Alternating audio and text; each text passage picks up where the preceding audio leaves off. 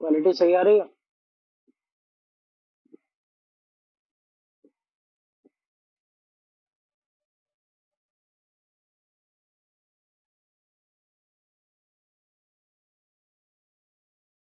Mobile से record कर रहा है।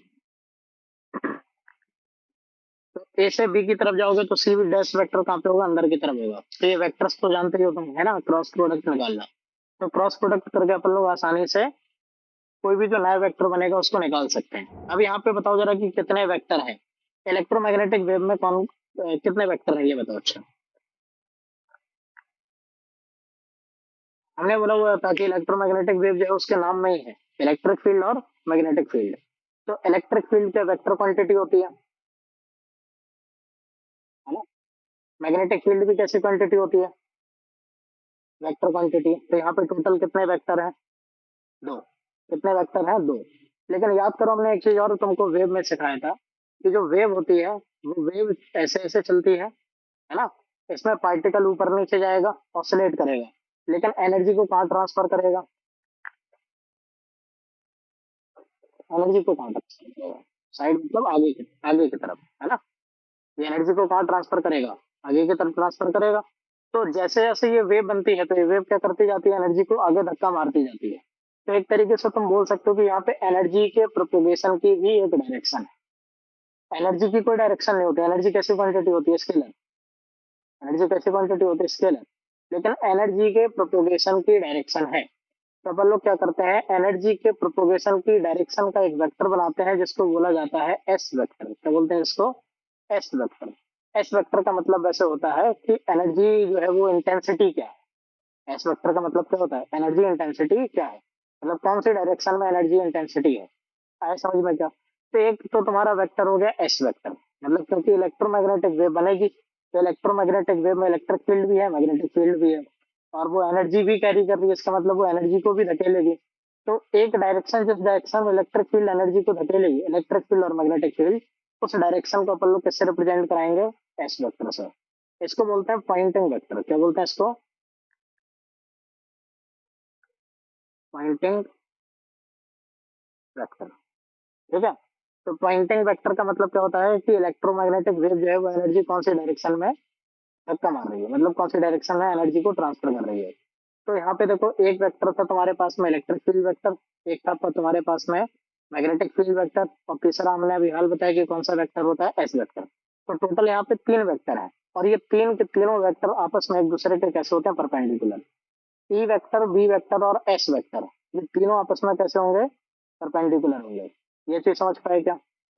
अभी हाल हमने बताया था कि ए वेक्टर क्रॉस बी वेक्टर कराओगे तो तुम्हें एक नया वेक्टर मिलेगा, सी वेक्टर।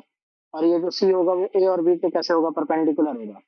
लेकिन क्या ए और बी के बीच में ऐसा बोला था कि क्या ए और बी भी परपेंडिकुलर होंगे, ऐसा तो जरूरी नहीं, है ना। लेकिन यहाँ पे है, यहाँ पे इलेक्ट्रिक फील्ड मैग्नेटिक फील्ड के भी परपेंडिकुलर होगा, मैग्नेटिक फील्ड एस वेक्टर के भी परपेंडिकुलर होगा, और एस जो होगा वो ई के भी परपेंडिकुलर होगा। मतलब ये तीन के तीनों आपस में एक दूसरे के परपेंडिकुलर है। और ऐसा तो तुम्हें देखो एक्स वाई जेड एक्सेस में भी दिखाई देता है कि एक्स एक्सेस वाई के परपेंडिकुलर है, और वाई जो है वो किसके परपेंडिकुलर है, जेड के परपेंडिकुलर है ना। तो ये तीनों आपस में कैसे होते हैं, परपेंडिकुलर होते हैं। तो वैसे ही तीनों कौन परपेंडिकुलर है यहाँ पे, ई बी और एस।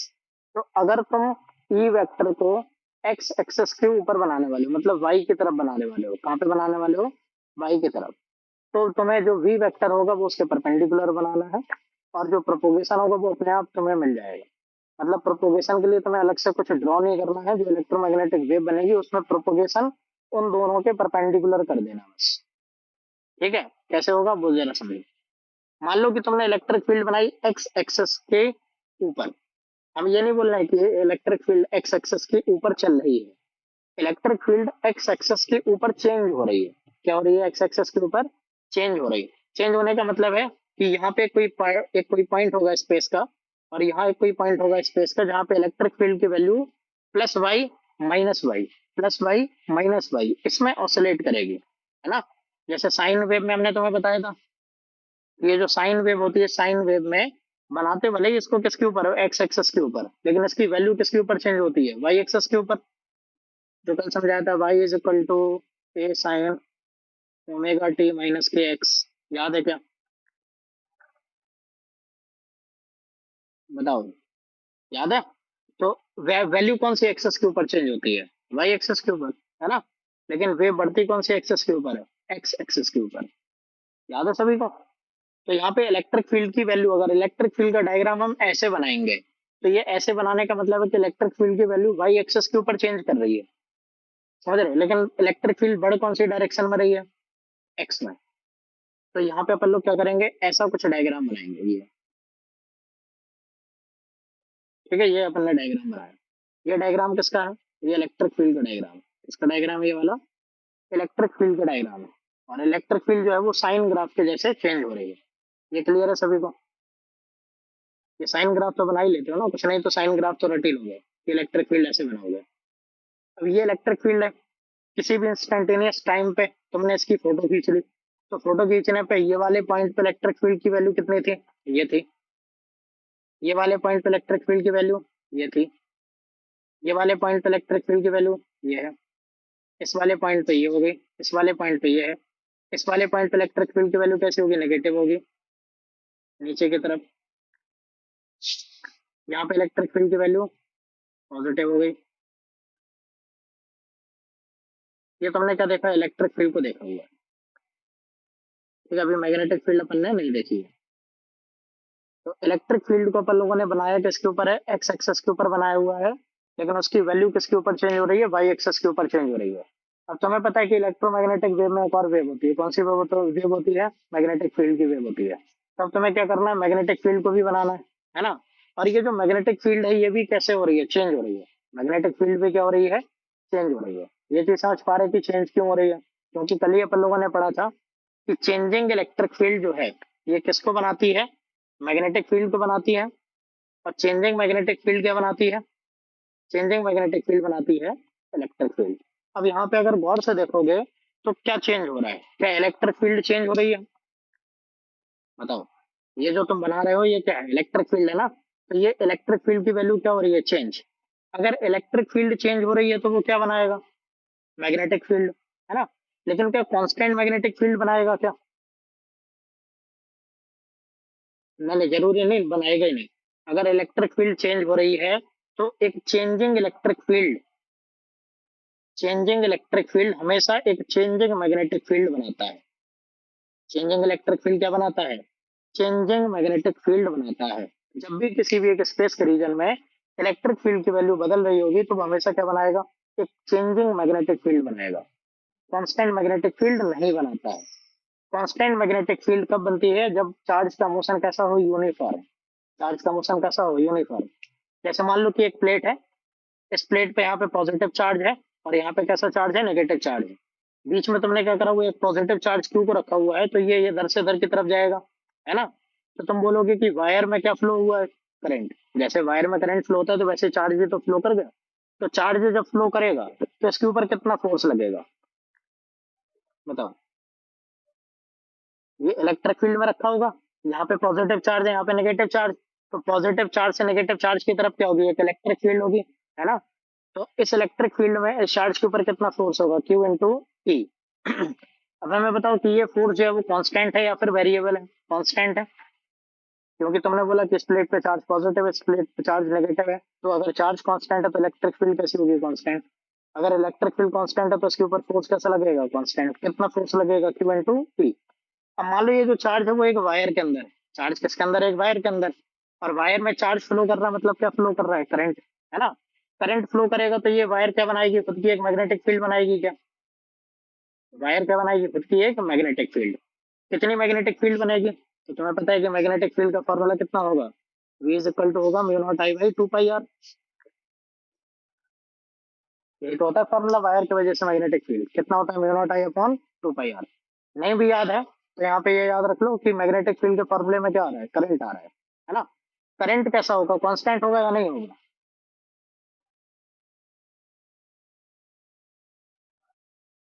करंट तो कांस्टेंट होगा ना, क्योंकि इलेक्ट्रिक फील्ड अपन ने कांस्टेंट लगा रखी है। तो इलेक्ट्रिक फील्ड तुम्हारा क्या करेगा? एक कांस्टेंट फोर्स से उसको धक्का देगा, है ना? तो यहाँ पे जो तुम्हारा करंट बनेगा, जो चार्ज करेंगे तुम्हारे वो एक साथ आगे बढ़ जाएंगे, है ना? तो यहाँ पे क्या बनेगा? एक मैग्नेटिक फील्ड बनेगा। अब तो यहाँ पे क्या हो रहा है कि अगर तुम्हारी इलेक्ट्रिक फील्ड कांस्टेंट है तो वो क्या बना रहा है? एक कांस्टेंट मैग्नेटिक फील्ड बना रहा है ना? एक तरीके से यहाँ पे इलेक्ट्रिक फील्ड ने क्या करा हुआ है, चार्ज में यहाँ पे करंट फ्लो कराया। और जब भी करंट फ्लो होगा तब क्या होगा, करंट फ्लो होगा तो फिर वहां पे मैग्नेटिक फील्ड बनेगी। लेकिन अगर इसी इलेक्ट्रिक फील्ड की वैल्यू को तुम चेंज करा दो, ऑसिलेट करा दो, मतलब एक बार इलेक्ट्रिक फील्ड इधर, एक बार इलेक्ट्रिक फील्ड इधर, फिर एक बार इधर, फिर एक बार इधर, तो वो जो चार्ज होगा वो क्या करेगा, चार्ज तुम्हारा ऑसिलेट करना स्टार्ट करेगा। चार्ज क्या करेगा, ऑसिलेट करना स्टार्ट करेगा। और जब चार्ज तुम्हारा ऐसे ऐसे ऑसिलेट करेगा तो वो क्या करेगा, कभी मैग्नेटिक फील्ड ऐसे बनाएगा, कभी मैग्नेटिक फील्ड ऐसे बनाएगा, है ना। चार्ज ऐसे जाएगा तो मैग्नेटिक फील्ड ऐसे बनती है, जैसे एक वायर में करंट इधर से इधर जा रहा हो, तो थंब को रखते हो, मैग्नेटिक फील्ड की फिंगर ऐसे घुमाते हो, है ना, तो मैग्नेटिक फील्ड ऐसे ऐसे बन जाएगी। अगर चार्ज इधर को जा रहा होगा, पॉजिटिव चार्ज, फिर तुमने इलेक्ट्रिक फील्ड की डायरेक्शन रिवर्स करा दी, तो फिर ये क्या करेगा, चार्ज ऐसे जाएगा, चार्ज ऐसे जाएगा तो करंट ऐसे जाएगा, फिर ये मैग्नेटिक फील्ड कैसे बनाएगा, फिर ये मैग्नेटिक फील्ड ऐसे बनाएगा, है ना। और तुम क्या कर रहे हो, मान लो जो तुम्हारा इलेक्ट्रिक फील्ड है उसको कंटिन्यूअसली ऐसे चेंज करा रहे हो, जैसे कैपेसिटर की प्लेट में एसी करंट देने पे होता है ना। एक बार करंट ऐसे आएगा, एक बार करंट ऐसे आएगा, फिर एक बार करंट ऐसे आएगा, फिर एक बार करंट ऐसे आएगा, तो एक बार इलेक्ट्रिक फील्ड ऐसे बनेगी, फिर इलेक्ट्रिक फील्ड ऐसे बनेगी, है ना।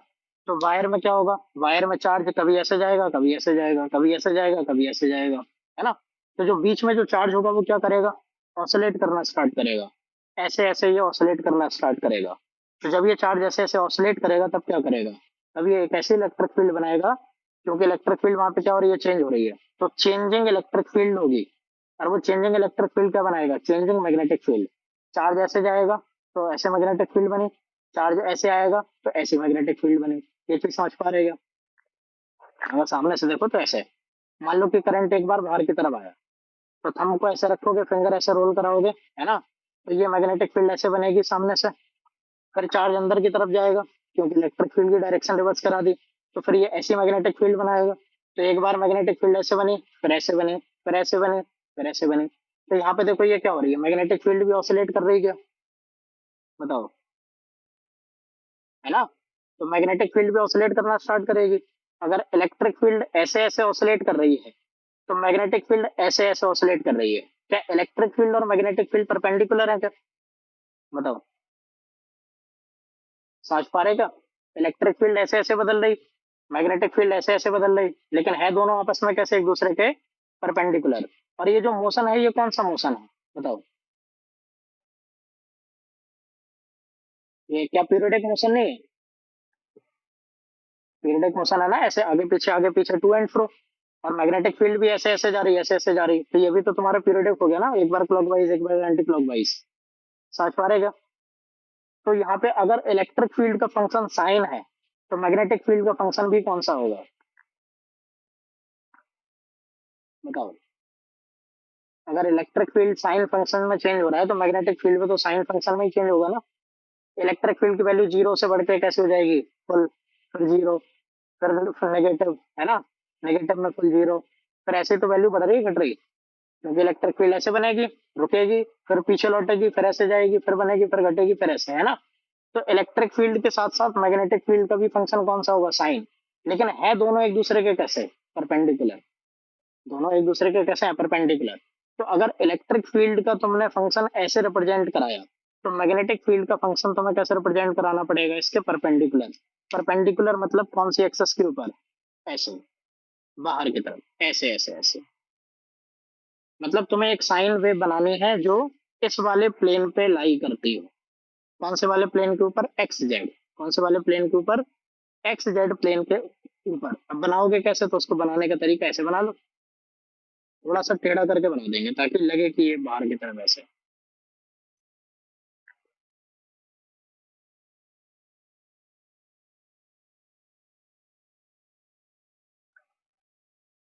ऐसे कर लो,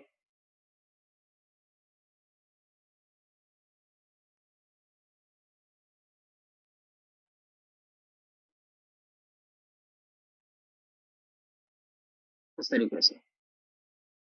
ठीक है, मैग्नेटिक फील्ड तुम्हारी ऐसे बनेगी। और एक चीज और कि जब इलेक्ट्रिक फील्ड जीरो होगी तब मैग्नेटिक फील्ड भी जीरो होगी, जब इलेक्ट्रिक फील्ड की मैक्सिमम वैल्यू होगी तब मैग्नेटिक फील्ड की भी मैक्सिमम वैल्यू होगी, जब इलेक्ट्रिक फील्ड नेगेटिव में जाएगा तब मैग्नेटिक फील्ड भी कैसी जाएगी, नेगेटिव में जाएगी।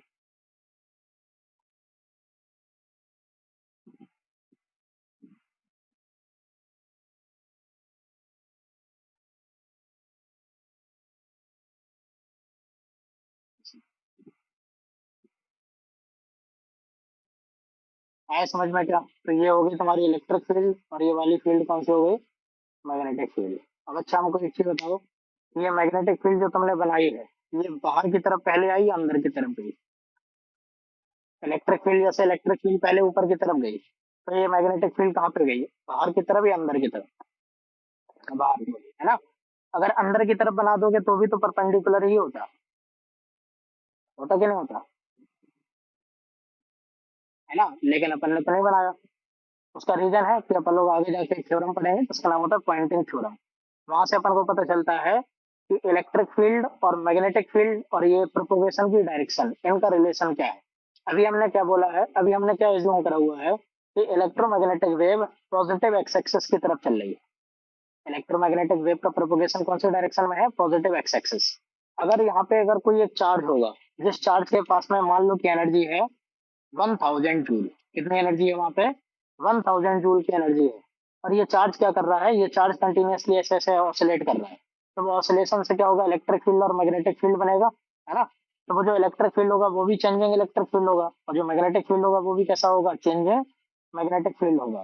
तो वो जो चार्ज होगा उसकी एनर्जी कम होती जाएगी। क्यों एनर्जी कम होती जाएगी? क्योंकि ये जो इलेक्ट्रोमैग्नेटिक वेव है इसके पास में भी खुद की एनर्जी होती है। अगर ये इलेक्ट्रोमैग्नेटिक वेव के पास में खुद की एनर्जी है, तो वो एनर्जी आएगी कहाँ से? वो एनर्जी तो चार्ज से आएगी, जिसके पास में कितनी एनर्जी थी? 1000 जूल। तो चार्ज की एनर्जी कम होती जाएगी, और वो एनर्जी कहाँ पे ट्रांसफर होती जाएगी? आगे। जैसे सन के साथ में होता है। सन जो होता है वो क्या करता है? लाइट प्रोड्यूस करता है, हीट प्रोड्यूस करता है, और भी बहुत सारी रेस प्रोड्यूस करता है, सारे स्पेक्ट्रम प्रोड्यूस करता है। तो सन से जैसे सनलाइट आती है, तो सनलाइट क्या होती है? एक फॉर्म ऑफ एनर्जी होती है ना? और वो एनर्जी का जो फॉर्म है वो क्या है? एक लाइट है। लाइट क्या होती है? इलेक्ट्रोमैग्नेटिक वेव होती है। लाइट क्या होती है? इलेक्ट्रोमैग्नेटिक वेव होती है। तो सन से चल के जो लाइट आ रही है, क्योंकि उस लाइट के पास में एनर्जी है, और एनर्जी कभी बन नहीं सकती ना खत्म हो सकती है, तो उसको एनर्जी वो कहीं से मिली होगी। तो वो जो एनर्जी उसको मिली है वो सन से मिली है। किससे एनर्जी मिली है? सन से। तो सन के पास में जो एनर्जी है वो एनर्जी क्या होती जा रही है? कम हो रही है। क्यों कम हो रही है? क्योंकि वो कंटिन्यूअसली अपने अंदर से क्या निकाल रहा है? लाइट निकाल रहा है। तो वो लाइट निकालने से उसके अंदर जो एनर्जी है वो कम होती है ना? लेकिन उस एनर्जी को कंपनसेट करने के लिए सन के अंदर एक रिएक्शन चलती है, जिनको अपन लोग बोलते हैं न्यूक्लियर रिएक्शन। क्या बोलते हैं जिनको? Nuclear reaction. तो उससे सन क्या करता है? एनर्जी बनाता है, और वो एनर्जी को इलेक्ट्रोमैग्नेटिक वेव के फॉर्म में अपने पास में भेजता है। ठीक है? तो यहाँ पे जो भी चार्ज होगा जिसके पास में एनर्जी होगी वो क्या करेगी? यहाँ से एनर्जी को ट्रांसफर करेगा। और वो जो एनर्जी का ट्रांसफर होगा वो कौन सी डायरेक्शन में हो रहा होगा? X ray.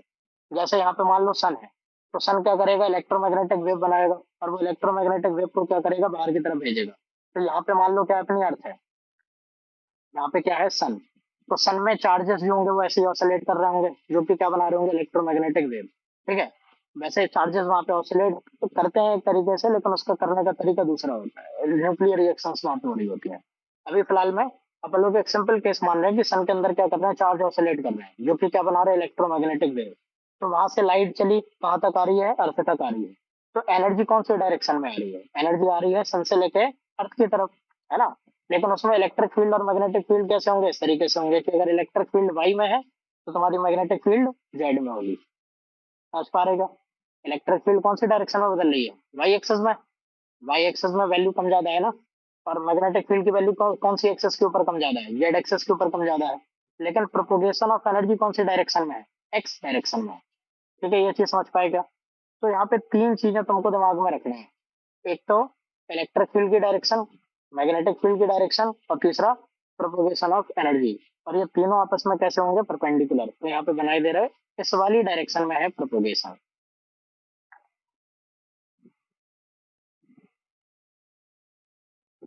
प्रोपोगेशन है इस वाली डायरेक्शन में, इलेक्ट्रिक फील्ड है ऊपर की डायरेक्शन में, और मैग्नेटिक फील्ड है बाहर की डायरेक्शन में।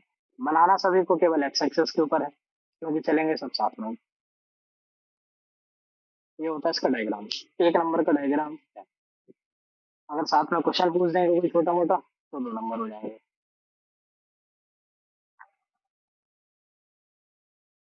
बताओ ये चीज समझ में आई? कि डायग्राम समझ में आया?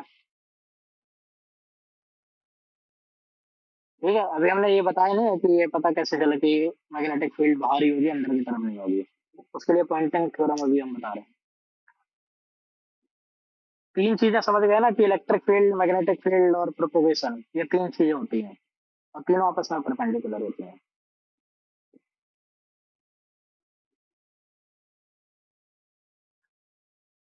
समझे क्या?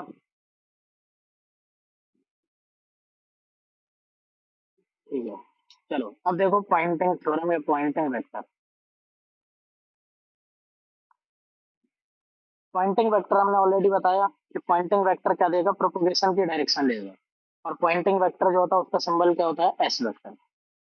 तो एस वेक्टर जो होता है ये बराबर होता है 1/म्यू not E vector cross B vector. ये होता है पॉइंटिंग थ्योरम, इसका मतलब क्या बोलते हैं, पॉइंटिंग थ्योरम। और ये अपन को बताता है कि एनर्जी का प्रोपोगेशन किस डायरेक्शन में हो रहा होगा। तो S vector is equal to 1/म्यू not E vector cross B vector. तो हमको गौर करना है इस पे और इस पे। 1/म्यू नॉट एक कांस्टेंट है, उसको भी इग्नोर मारो। तुम ये देखो कि E vector cross B vector करा रहे हैं तो कौन आ रहा है, एस वेक्टर आ रहा है। ठीक है, मतलब ई और बी का क्रॉस कराओगे तो तुम्हें क्या मिलेगा, एनर्जी के प्रोपोगेशन की डायरेक्शन मिलेगी। अब हमको बताओ कि ई कौन सी डायरेक्शन में है, वाई एक्सेस के ऊपर है क्या? तो तुमने वाई एक्सेस की डायरेक्शन में अपने राइट हैंड की फिंगर्स को ऐसे रखा। ठीक है, अब तुम ई से चलोगे बी की तरफ तो तुम्हें क्या मिलेगा, ई क्रॉस बी। जैसे हमने करा था ए वेक्टर क्रॉस बी वेक्टर करा था ना। तो ए क्रॉस बी करने के लिए क्या करते हो, राइट हैंड की फिंगर्स को ए से बी की तरफ ऐसे कर्ल कराते हो, है ना। तो ए के ऊपर तुमने फिंगर को रखा, बी की तरफ कर्ल कराया, तो थंब कहाँ पे गया, अंदर। मतलब सी वेक्टर कहाँ पे होगा, अंदर की तरफ होगा, है ना। तो तुम्हें सी वेक्टर चाहिए अंदर की तरफ, तो ए क्रॉस बी कराओगे ऐसे, है ना। अच्छा मान लो हम तुमसे बोले कि एक वेक्टर है पी वेक्टर, और ये पी वेक्टर जो है वो आउटवर्ड है। पी वेक्टर जो है वो कैसा है, आउटवर्ड है। तो हमको ये बताओ कि पी वेक्टर आउटवर्ड करने के लिए तुम्हें ए क्रॉस बी करना है या बी क्रॉस है, बताओ। बी क्रॉस ए करोगे, मतलब बी से ए की तरफ चलोगे तब तुम्हें थंब कहाँ पे मिलेगा, बाहर की तरफ। अब हम तुमसे क्या बोल रहे हैं कि प्रोपोगेशन एक्स डायरेक्शन में है। ये तुमने अपने तरफ से माना हुआ है, अपने तरफ से फिक्स करा हुआ है। ठीक है, तुम चाहते तो इस वाली डायरेक्शन में प्रोपोगेशन मान सकते थे, जिसको पहले बोलते हैं नेगेटिव एक्स एक्सिस। लेकिन अपन ने सिंप्लिसिटी के लिए कौन सी डायरेक्शन में माना है, पॉजिटिव एक्स एक्सिस। मतलब तुम्हें अपना थंब कौन सी डायरेक्शन में चाहिए, इस वाली डायरेक्शन में, एक्स की डायरेक्शन में, क्योंकि ये प्रोडक्ट होके आ रहा है ना। ये ए क्रॉस बी है और ये तुम्हारा सी है, मतलब ये प्रोडक्ट है। और ये तुम्हारा दो वेक्टर का क्रॉस है। तो तुम्हें क्या करना है, थंब कौन सी डायरेक्शन में चाहिए, एक्स की डायरेक्शन में।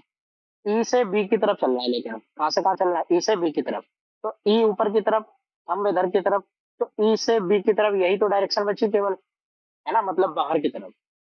क्या अंदर की तरफ जा सकते हैं फिंगर, नहीं जा सकते। अगर तुम ई से बी की तरफ चलोगे, अंदर की तरफ, जैसे मान लो तुम ये मैग्नेटिक फील्ड बाहर की तरफ ना बना के ये पहली वाली मैग्नेटिक फील्ड कहाँ पे बनाते हैं, अंदर की तरफ। तो ई क्रॉस बी करते ऐसे, है ना, ए ई से बी की तरफ ऐसे ही तो जाते, है ना। तब थंब कहाँ पे जाता तुम्हारा, नेगेटिव एक्स एक्सिस। मतलब इलेक्ट्रोमैग्नेटिक वेव का प्रोपोगेशन वेक्टर कौन सी डायरेक्शन में आता है, नेगेटिव एक्स एक्सिस। फिर तुम इलेक्ट्रोमैग्नेटिक वेव को ऐसे ना बना के इलेक्ट्रोमैग्नेटिक वेव को इस तरफ बनाते हैं, ऐसे ऐसे। समझ रहे हो क्या? तो अगर इलेक्ट्रोमैग्नेटिक वेव इस वाली डायरेक्शन में बनानी है तो ई क्रॉस बी करोगे। ई अगर वाई में है तो वी किसके ऊपर होगा, प्लस जेड के ऊपर होगा। तब तुम्हारा प्रोपोगेशन कौन सी एक्सेस के ऊपर होगा, एक्स एक्सेस के ऊपर होगा। जिनको मैथ के वेक्टर आते हैं तो उनको हम वेक्टर की लैंग्वेज में भी बता दे रहे हैं। जैसे यहाँ इलेक्ट्रिक फील्ड जो है वो कौन सी डायरेक्शन में है, वाई डायरेक्शन में है। तो अपन इसको नाम दे रहे हैं ई वाई। क्या नाम दे रहे हैं इसको, ई वाई। ई वाई का मतलब है electric field in Y direction. इसकी वैल्यू है मान लो ई नॉट। इलेक्ट्रिक फील्ड की वैल्यू है E not sine omega T minus P X. E Y is equal to कितना है, E not sine omega T minus K X. ये electric field की वैल्यू है। ये हमने अपने तरफ से लेट कर ली है, क्योंकि हमें पता है कि इलेक्ट्रिक फील्ड कौन सी एक्सेस के ऊपर है, वाई एक्सेस के ऊपर है, तो नाम दिया ई वाई। ई नॉट एक कोई मैक्सिमम वैल्यू है, ये है वो मैक्सिमम वैल्यू जो इलेक्ट्रिक फील्ड की हो सकती है, तो ये है ई नॉट। साथ में फंक्शन कौन सा है, साइन का है। ओमेगा टी ये फ्रिक्वेंसी होगी इसकी, वेव की, है ना। माइनस के एक्स से मतलब यहाँ से क्या मतलब है कि ये कौन सी डायरेक्शन में मूव कर रही होगी, एक्स डायरेक्शन में मूव कर रही है। अब देखो साथ में साइन कैसा है, नेगेटिव का है। ये नेगेटिव साइन क्यों है, प्लस का साइन लगा सकते थे क्या यहाँ पे, बताओ। Omega T plus K x भी तो लिख सकते थे उस चीज को।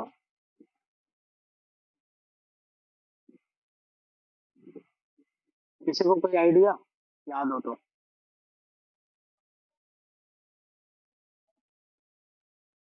ऐसा है, देखो भूल गए।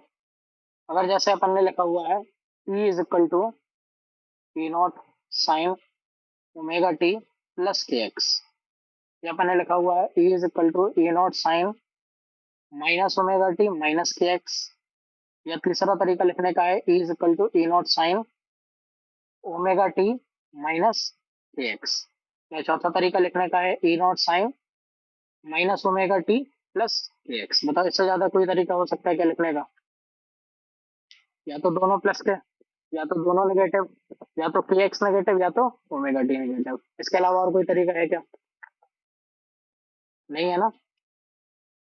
बताओ, इसके अलावा और कोई तरीका है क्या? नहीं है। ठीक है, अब सुनो।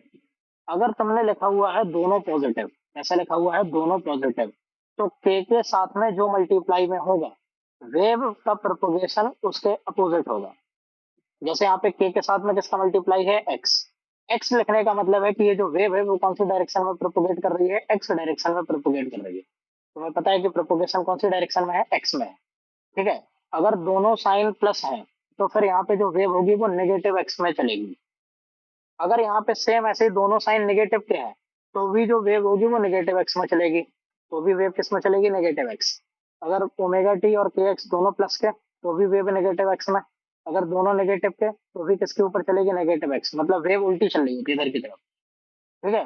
लेकिन अगर एक प्लस का एक माइनस का, तो वेव चलेगी प्लस एक्स में। तो फिर वेव किस में चलेगी? प्लस एक्स में। जैसे यहाँ पे ओमेगा टी माइनस का है, के एक्स प्लस का है, तो भी वेव कौन सी डायरेक्शन में चल रही है? माइनस के एक्स की डायरेक्शन, मतलब एक्स एक्सेस की डायरेक्शन में चल रही है। आए समझ में क्या इस चीज का ये मतलब होता है? इंपॉर्टेंट है, दिमाग में रखना।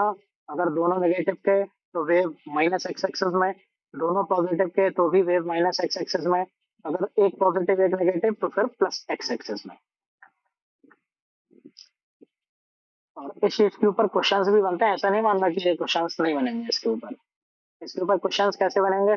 इसके ऊपर क्वेश्चंस बनेंगे तो मैं वेव की इक्वेशन लिख के दे देंगे, और उससे पहचानने को बोलेंगे कि बताओ मैग्नेटिक फील्ड कौन सी डायरेक्शन में होगी। ठीक है, ऐसे टाइप के क्वेश्चंस बनते हैं। पहले उसको अपन लोग सॉल्व करना सीख जाते हैं। देखो, E Y is equal to E not sine omega T minus A X. हमें बताओ कि इलेक्ट्रिक फील्ड कौन से डायरेक्शन में चेंज हो रही है, एक्स में या वाई में? इलेक्ट्रिक फील्ड के बढ़ने की डायरेक्शन अलग होती है, इलेक्ट्रिक फील्ड के बदलने की डायरेक्शन अलग होती है। इलेक्ट्रिक फील्ड बढ़ कौन सी डायरेक्शन में रही है? एक्स में। इलेक्ट्रिक फील्ड बदल कौन सी डायरेक्शन में रही है? वाई में। है ना? तो यहाँ पे इलेक्ट्रिक फील्ड का चेंज वाई की तरफ है, तो अपन लोग यहाँ पे लिखेंगे जे कैप। क्या लिखेंगे? जे कैप। ठीक है, ए वाई कौन सी डायरेक्शन में है? जे कैप वाली डायरेक्शन में। समझ गए क्या? है ना? पहले वाले को देखोगे, पहला वाला प्लस जे कैप है। पहला वाला कौन सा है? प्लस जे कैप। समझे क्या? ठीक है। मैग्नेटिक फील्ड कौन सी डायरेक्शन में आएगी? Z access. जेड एक्सेस मतलब के कैप। है ना? जेड एक्सेस मतलब के कैप। लेकिन के कैप दोनों हो सकता है, पॉजिटिव का भी हो सकता है, नेगेटिव का भी हो सकता है। अपन को भी उस बारे में कोई कोई भी जानकारी नहीं है। लेकिन अपन को प्रोपोगेशन वेक्टर का डायरेक्शन पता है। प्रोपोगेशन वेक्टर कौन सी डायरेक्शन में है? प्रोपोगेशन वेक्टर जो है वो कौन सी डायरेक्शन में है? आई कैप। प्रोपोगेशन कौन सी डायरेक्शन में है? आई कैप में है ना? प्लस आई कैप या माइनस आई कैप? प्लस आई कैप। है ना? तो अब एक चीज हमको बताओ, तुम्हें पता है कि S vector is equal to है A vector cross V vector. तो तुम कुल मिला के ऐसे ही तो बोल सकते हो कि ये आई कैप है। ये कौन सा है? आई कैप। ये तो कांस्टेंट है, तो वेक्टर है नहीं, इसको इग्नोर करो। इलेक्ट्रिक फील्ड कौन सी डायरेक्शन में है? इलेक्ट्रिक फील्ड है तुम्हारी जे कैप में। है ना? तुम्हें बी का डायरेक्शन नहीं पता है। बी का तो ही डायरेक्शन नहीं पता ना तुम्हें। तो तुम यहाँ पे क्या लिखोगे? V vector. क्या लिखोगे यहाँ पे? V vector. I cap is equal to J vector cross B vector. अब किसी ने अगर वेक्टर पढ़ा है, तो उसको पता है कि यहाँ पे जे क्रॉस के कराने पे ही आई कैप आता है। पढ़ा है क्या? है ना? अगर नहीं पढ़ा है तो ऐसे करो याद, देखो आई कैप, फिर आता है जे कैप, फिर आता है के कैप। ये साइकिल होती है आई जे के की। ठीक है, जिनने मैथ ले रखी है उनके लिए ज्यादा इंपॉर्टेंट है। मतलब तुम लोग ऐसे करो, जो बायो ले रखे हैं वो रटो। रटो मतलब ये नहीं रटना तुम्हें, ये रटना नहीं है, मतलब ना ये रटना है। जिन्होंने बायो ले रखी है वो फिंगर रूल से याद रखो, मतलब थंब रूल से, कि तुम्हें अपनी फिंगर को इलेक्ट्रिक फील्ड की डायरेक्शन में रखनी है, थंब को उस डायरेक्शन में रखनी है जिस डायरेक्शन में वेव जा रही है। तो अपने आप तुम्हें जो डायरेक्शन मिलेगी पाम की, वो कौन सी डायरेक्शन में मिलेगी तुम्हें? मैग्नेटिक फील्ड की डायरेक्शन में, ऐसे, ठीक है। या अगर तुम्हें इलेक्ट्रिक फील्ड मैग्नेटिक फील्ड दे रखी है और पूछा कि प्रोपोगेशन कौन सी डायरेक्शन में है, तो इलेक्ट्रिक फील्ड से मैग्नेटिक फील्ड की तरफ फिंगर से जाओगे तो अपने आप तुम्हें मिल जाएगा। जैसे ये तुम्हें बता दें कि ये इलेक्ट्रिक फील्ड है, मैग्नेटिक फील्ड जो है वो मान लो बाहर की तरफ आ रही है। मैग्नेटिक फील्ड कहाँ पे आ रही है? बाहर की तरफ। तो उस वाले केस में जो बताओ इलेक्ट्रोमैग्नेटिक वेव कौन सी डायरेक्शन में प्रोपोगेट कर रही होगी? तो इलेक्ट्रिक फील्ड की डायरेक्शन में रखोगे फिंगर्स को, मैग्नेटिक फील्ड की तरफ चलोगे तो मैग्नेटिक फील्ड कहाँ पे? बाहर की तरफ है। तो ये बाहर की तरफ है तो ऐसे ही तो चल पाओगे, तो हम कौन सी डायरेक्शन में जाएगा? Right side. ठीक है। अगर मान लो बोल दें कि मैग्नेटिक फील्ड जो है वो अंदर की तरफ है, तो उस वाले केस में क्या होगा? इलेक्ट्रिक फील्ड की डायरेक्शन में फिंगर्स को रखोगे। अब तुम्हें चलना है मैग्नेटिक फील्ड की तरफ, तो मैग्नेटिक फील्ड कहाँ पे? बाहर की तरफ या अंदर की तरफ? अंदर की तरफ। तो ऐसे तो अंदर जा नहीं सकते, क्योंकि यहाँ से फिंगर तो ऐसे मुड़ सकती है ना, अंदर तो ऐसे जाना पड़ेगा, तो ऐसा तो उल्टा हाथ तो मुड़ नहीं सकता है। तो इसको क्या करना पड़ेगा? हाथ को घुमाना पड़ेगा। तभी तो तुम्हारी उंगलियां कहाँ पे जाएंगी? अंदर की तरफ, है ना। तो उंगली अंदर की तरफ चली गई, थंब कहाँ पे गया? लेफ्ट की तरफ। तब प्रोपोगेशन कौन सी डायरेक्शन में होगा? लेफ्ट की तरफ हो जाएगा। ठीक है। तो जो बायो लिए है वैसे याद कर लो, जो मैथ लिए हैं वो दोनों तरीके से ही याद रखो तो ज्यादा अच्छा है। देखो, जब अपन लोग कराते हैं इस साइकिल में क्रॉस प्रोडक्ट, तो सारी वैल्यूज पॉजिटिव की आती हैं। जैसे तुम अगर कराते हो आई वेक्टर क्रॉस जे वेक्टर, तो आएगा, आई जे का क्रॉस कराओगे तो क्या आएगा? के। लेकिन आएगा कैसा? पॉजिटिव का। लेकिन अगर इस साइकिल को उल्टा करा दो तो नेगेटिव का आएगा। जैसे अगर तुम कराते हो जे वेक्टर क्रॉस आई कैप, मतलब जे क्रॉस आई, तो फिर जो के आएगा वो कैसा आएगा? नेगेटिव का। तो फिर के कैसा आएगा? नेगेटिव का आएगा। बायो वाले भी देखते जाना, ऐसा नहीं है कि देखो ना, देख लोगे, सिंपल चीज है, याद हो जाएगी। आई क्रॉस जे कराओगे तो के पॉजिटिव का, अगर जे क्रॉस आई करा दोगे तो के नेगेटिव का। समझ रहे क्या? अब यहाँ पे देखो, electric field cross magnetic field है। इलेक्ट्रिक फील्ड कौन सी डायरेक्शन में है? इलेक्ट्रिक फील्ड है तुम्हारी जे कैप में, और तुम्हारी जो एस वेक्टर है वो कौन सी डायरेक्शन में है? आई कैप में, मतलब वेव बढ़ रही है आई कैप में। इलेक्ट्रिक फील्ड है कौन से में? जे कैप में। अब हमको बताओ कि तुम जे क्रॉस बी में क्या कराओगे कि आई कैप आ जाए? ये रहा जे, तो जे के तुरंत आगे कौन है? के। जे और के का कराओगे तभी तो आई आएगा ना। तो जे क्रॉस के कराओगे तो आएगा प्लस आई कैप। ये है जे क्रॉस के, साइक्लिक ऑर्डर ये है। अगर के क्रॉस जे करा दोगे तो के क्रॉस जे से कैसा आएगा? माइनस आई। जे क्रॉस के कराने से प्लस आई, और के क्रॉस जे कराने से माइनस आई। तो अगर ये जे है तो जे क्रॉस क्या कराना पड़ेगा? के। तभी क्या आएगा? आई आएगा। ठीक है। अब क्वेश्चन पे आ जाओ। अगर मैग्नेटिक फील्ड अंदर होगी तब क्या होगा?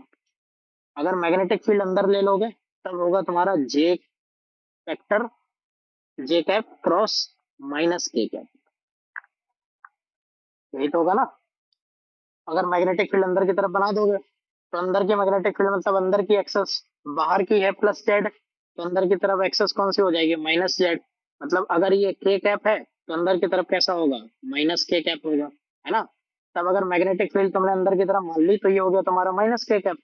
तो जे क्रॉस जे वेक्टर क्रॉस माइनस के कैप, तो जे कैप माइनस के कैप कितना हो जाएगा? माइनस साइन बाहर आ जाएगा। तो ये माइनस साइन बाहर आएगा तो जे क्रॉस के क्या हो जाएगा? जे क्रॉस के हो जाएगा आई, तो आएगा माइनस आई कैप। क्या आएगा? माइनस आई कैप। मतलब प्रोपोगेशन कौन सी डायरेक्शन में हो जाएगा? नेगेटिव एक्स में। आया समझ में क्या? ये वाला मेथड मैथमेटिकल होता है, और वो जो फिंगर्स वाला मेथड होता है वो तुम्हारा नॉर्मल मेथड है जो तुम यूज कर सकते हो जल्दी में। ठीक है। कई बार क्वेश्चन न्यूमेरिकल होता है तो उसमें अपन लोगों को इस चीज की हेल्प लेनी पड़ती है जिससे क्वेश्चन जल्दी सॉल्व हो जाए। ठीक है। उतना ज्यादा कठिन न्यूमेरिकल कुछ बनेगा नहीं, केवल तुम्हें इलेक्ट्रिक फील्ड की इक्वेशन देंगे, पूछेंगे कि बताओ वेव कौन सी डायरेक्शन में है। ठीक है। तो वो पहचानना अपन को सीखना है। क्या सीखना है अपन को? कि कौन किस डायरेक्शन में होगा। पहली बार जो तुम्हें इक्वेशन गिवन होगी उससे सबसे पहली इक्वेशन तुम्हें निकाल लिया कि प्रोपोगेशन कौन सी डायरेक्शन में है। अगर सेम साइन है तो प्रोपोगेशन नेगेटिव डायरेक्शन का, अगर अपोजिट साइन है तो प्रोपोगेशन प्लस डायरेक्शन का। जैसे यहाँ पे प्रोपोगेशन कौन सी डायरेक्शन का है? प्लस का है।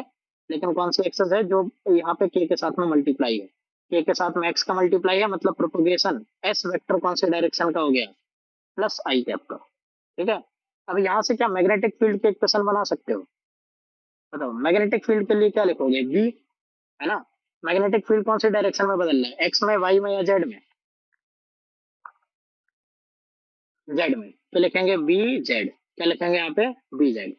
जैसे इलेक्ट्रिक फील्ड की एक मैक्सिमम वैल्यू है, वैसे मैग्नेटिक फील्ड की एक मैक्सिमम वैल्यू है।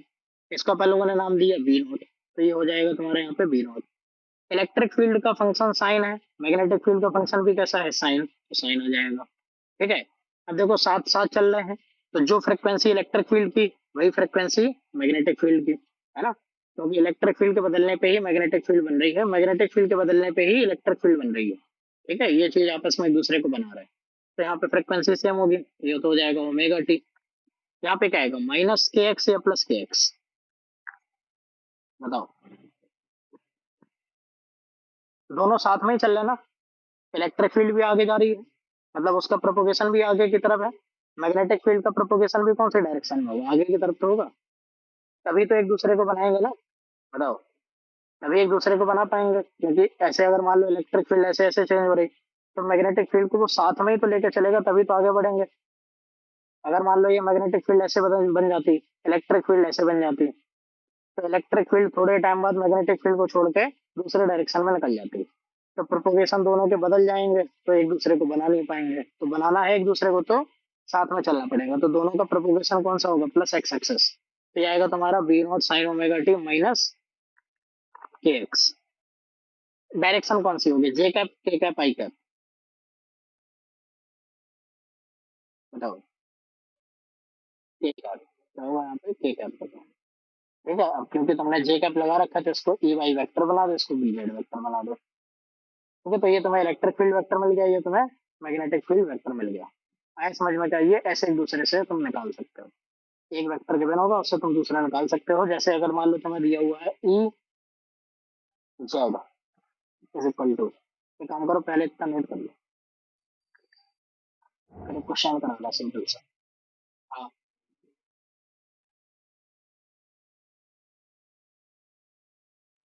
ये जे कैप, जिस डायरेक्शन में वैल्यू बदलेगी वो उधर मल्टीप्लाई करो, प्रोपोगेशन की डायरेक्शन इधर से। ठीक है, और ये डायरेक्शन देगा जहां वैल्यू बदल रही है, जैसे वाई में बदल रही है तो वाई।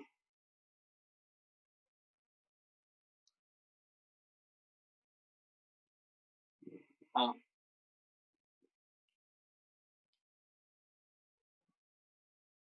हाँ, किसका पूर्ण?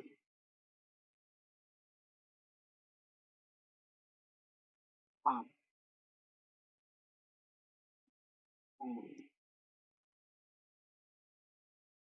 क्या क्या?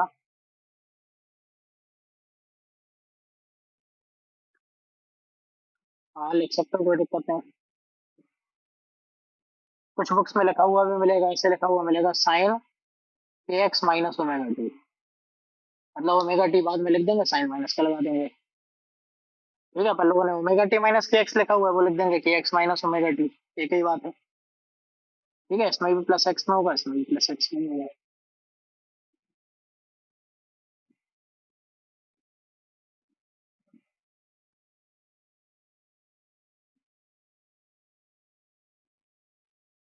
ठीक है, चलो। हाँ, वेक्टर पूछ रहे हो। चलो देखो, वो पी वेक्टर को तो हमने ऐसे ही बताया था एग्जाम पे लेकर। अब एक चीज समझो, अब डायग्राम समझ गए हो, है ना। अब अपन को समझना है कि इसका सोर्स क्या होगा, इलेक्ट्रोमैग्नेटिक वेव का सोर्स क्या होता है। क्वेश्चन एक नंबर का होता है, what are sources, what is the source of electromagnetic wave. तो any accelerating charge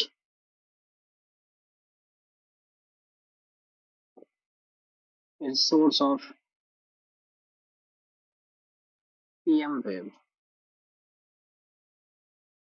electromagnetic wave का सोर्स हर वो चार्ज है जो एक्सेलरेट कर रहा हो। एक्सेलरेट करने का मतलब है जिस चार्ज की वेलोसिटी में चेंज हो रहा होगा, वो क्या बनाएगा, इलेक्ट्रोमैग्नेटिक वेव बनाएगा। अब यहाँ पे एक चीज तुम समझो, इलेक्ट्रोमैग्नेटिक वेव बनेगी कैसे? इलेक्ट्रोमैग्नेटिक वेव बनेगी जब चार्ज एक्सेलरेट करेगा, मतलब रेस्ट का चार्ज हो, यूनिफॉर्म मोशन का चार्ज हो, वो दोनों ही इलेक्ट्रोमैग्नेटिक वेव नहीं बनाएंगे। ठीक है, तो अब चार्ज को एक्सेलरेट करने के बहुत सारे तरीके हैं। जैसे मान लो कि एक वायर अपने पास में है, इस वायर में क्या कर रहे हो, तुम पोलैरिटी को कंटिन्यूअसली चेंज कर रहे हो। जैसे क्या हो रहा है कि यहाँ पे एक चार्ज पार्टिकल जो है वो ऊपर नीचे मूव कर रहा है। कैसे मूव कर रहा है? ऊपर नीचे मूव कर रहा है। तो चार्ज को ऑसिलेट करा के, क्या करा के, चार्ज को ऑसिलेट करा के अपन लोग ईएम वेव बना सकते हैं, जो कि तुम्हारे एंटीना में होता है। इसमें होता है एंटीना में, जो मोबाइल का एंटीना होते हैं या फिर जो छतरी होती है, तुमने देखा होगा घर में जो पहले लगी होती थी, टाटा स्काई वगैरह। तो टाटा स्काई में देखा होगा कि ऐसे एक डिस्क होती है, ऊपर ऐसे एक बॉक्स टाइप का बना होता है, देखा था? वो बॉक्स थोड़ा सा बाहर निकला होता है, माइक के जैसे लगता है ना? तो वो जो माइक के जैसा स्ट्रक्चर होता है बाहर की तरफ, ये वही एक्सेलरेटर होता है, एंटीना, जिसके अंदर चार्जेस एक्सेलरेट करते हैं। चार्जेस क्या करते हैं? एक्सेलरेट। और ये चार्ज जो एक्सेलरेट करते हैं वो कैसे करते हैं? अप एंड डाउन, मतलब ऐसे टू एंड फ्रो या अप एंड डाउन ऐसा मूव करेंगे। जिससे क्या होगा कि इनका जो मोशन होगा वो ऑसिलेट होने की वजह से इलेक्ट्रोमैग्नेटिक वेव बनाएगा, और वो इलेक्ट्रोमैग्नेटिक वेव बाहर निकलेगी। फिर वो उसके बाद में क्या होगा, तुम्हारे घर के एंटीना तक आएगी, मतलब तुम्हारे घर की छतरी पे आ जाएगी टाटा स्काई के। फिर ये उसको कैच कर लेगा और उसके बाद में सिग्नल जाएगा। फिर वही एलसीआर सर्किट जो तुम्हें बताया था हमने, है ना, वो एलसीआर सर्किट अपनी फ्रिक्वेंसी मैच कराएगा और उसी चैनल को दिखा देगा जो होगा। तो यहाँ पे जो इलेक्ट्रॉन एक्सेलरेट करेगा या चार्ज एक्सेलरेट करेंगे वो अलग अलग फ्रिक्वेंसी से ऑसिलेट करेंगे, क्योंकि एक इलेक्ट्रॉन तो होगा नहीं, बहुत सारे होंगे। तो कोई कम फ्रिक्वेंसी, कोई ज्यादा फ्रिक्वेंसी, ऐसे करके वे बनाएंगे, अपने अपने इलेक्ट्रोमैग्नेटिक वेव बनाएंगे, जो अपने पास तक पहुंचेगी। और उसके बाद में अपन को क्या मिलेंगी? टीवी चैनल्स मिलेंगी। ठीक है, तो ये तुम्हारा सोर्स होता है। इसके अलावा और भी सोर्स है, जैसे अल्टरनेटिंग करंट होता है। कैपेसिटर में अल्टरनेटिंग करंट को फ्लो कराओगे तो अल्टरनेटिंग करंट की वजह से भी इलेक्ट्रोमैग्नेटिक वेव बनती है। अल्टरनेटिंग करंट का तो नाम ही है कि करंट की डायरेक्शन बदल रही है। करंट की डायरेक्शन बदलेगी तो इलेक्ट्रिक फील्ड बदलेगी, इलेक्ट्रिक फील्ड बदलेगी तो मैग्नेटिक फील्ड बदलेगी। ठीक है, यहाँ पे एक चीज और, एक पॉइंट होता है जिसको याद रखना है। In EM waves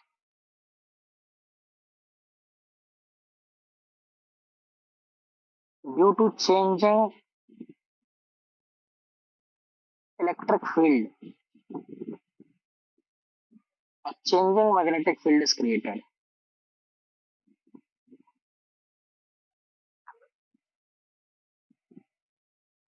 Changing magnetic field is created,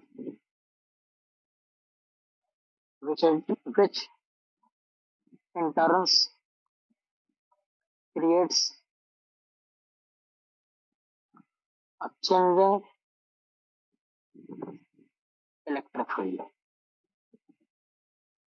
and this continues. ठीक है, तो जो चार्ज एक्सेलरेट करता है, ऑसिलेट करता है, तो वो क्या करता है? एक चेंजिंग इलेक्ट्रिक फील्ड को बनाता है। ठीक है, और जो चेंजिंग इलेक्ट्रिक फील्ड है वो क्या बनाती है? एक चेंजिंग मैग्नेटिक फील्ड बनाती है। और जो चेंजिंग मैग्नेटिक फील्ड है वो एक चेंजिंग इलेक्ट्रिक फील्ड बनाती है। तो यही चीज वापस से रिपीट हो जाती है। समझ रहे हो?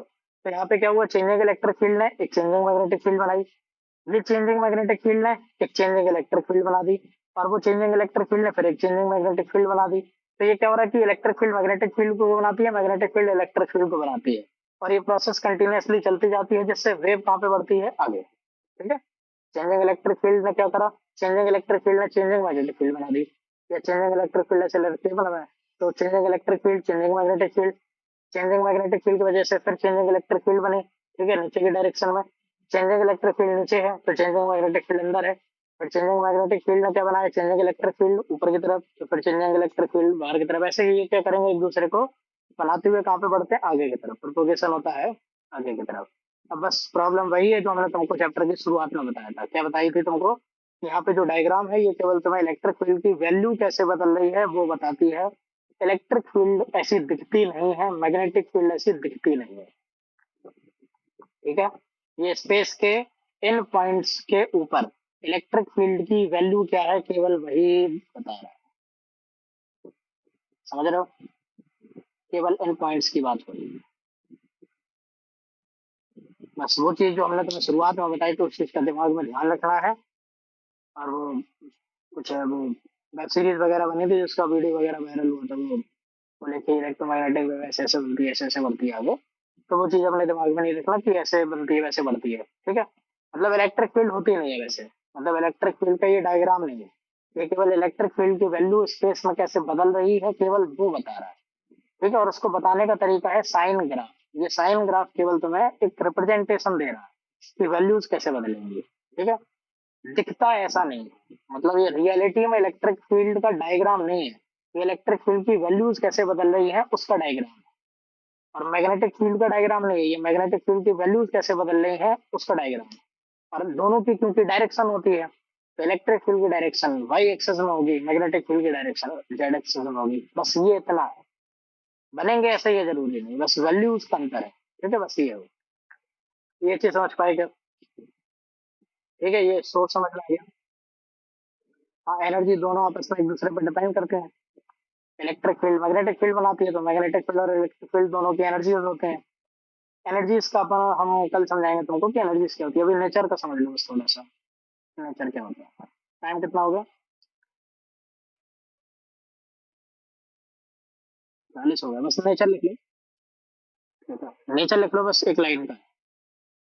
EM waves are transverse in nature।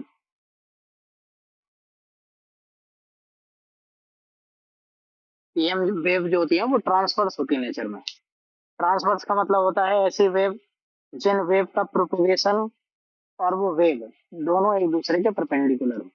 मतलब यहाँ पे देखो इलेक्ट्रिक फील्ड वाई एक्सिस में है, प्रोपोगेशन कौन सी डायरेक्शन में, एक्स में। मैग्नेटिक फील्ड कौन सी डायरेक्शन में, जेड में, प्रोपोगेशन कौन सी डायरेक्शन में, एक्स में। तो जब प्रोपोगेशन की डायरेक्शन और फील्ड की डायरेक्शन परपेंडिकुलर होती है तो ऐसी वेव को बोला जाता है ट्रांसवर्स वेव। तो इलेक्ट्रोमैग्नेटिक वेव जो है वो कैसी वेव है तुम्हारी, ट्रांसवर्स वेव है। ठीक है, एक नंबर का क्वेश्चन ये भी इंपॉर्टेंट है, सोर्स इंपॉर्टेंट है तुम्हारा, ये पॉइंट इंपॉर्टेंट है, डायग्राम इंपॉर्टेंट है, जो भी पढ़ोगे अब सब इंपॉर्टेंट है तुम्हारा।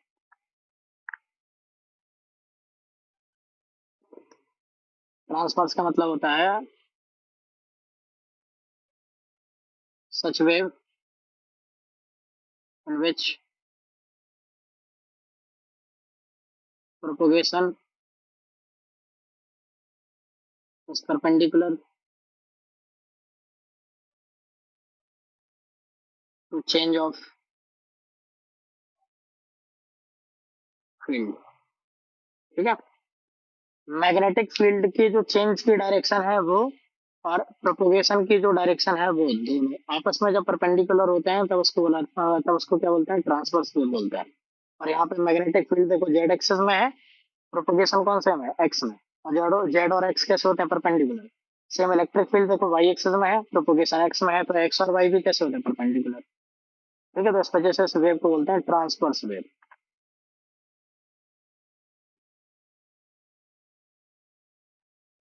यही तो फील्ड है तुमने अभी जो पढ़ी, इलेक्ट्रिक और मैग्नेटिक फील्ड। इलेक्ट्रोमैग्नेटिक वेव में होता है, मतलब इलेक्ट्रोमैग्नेटिक वेव को बोले हैं ट्रांसवर्स। लेकिन इसके अलावा और भी वेव होती हैं जो ट्रांसवर्स होते हैं नेचर में। जैसे वाटर की जो वेव होती है उसमें भी देखो पानी का पार्टिकल ऊपर नीचे जाता है, लेकिन एनर्जी कैसे जाती है आगे। तो पानी की जो वेव होती है वो भी कैसे होती है, ट्रांसवर्स। वैसे पानी की वेव का एक और नाम होता है, लेकिन अभी के लिए मालूम कि कैसे होते हैं, ट्रांसवर्स। ठीक है, रस्सी में बनाते हो जो रूप में ऐसे करके बना देते हो, तो रस्सी में देखो ऐसे लहर बनती है ऊपर नीचे करके, तो उसमें भी देखो रस्सी के पार्टिकल कैसे जाते हैं ऊपर नीचे। लेकिन जो प्रेशर जो धक्का जाता है वो कहाँ पे जाता है, आगे की तरफ, एनर्जी आगे की तरफ जाती है।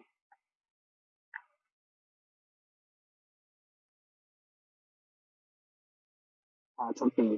किसी का डाउट है तो पूछो, बाकी जाओ।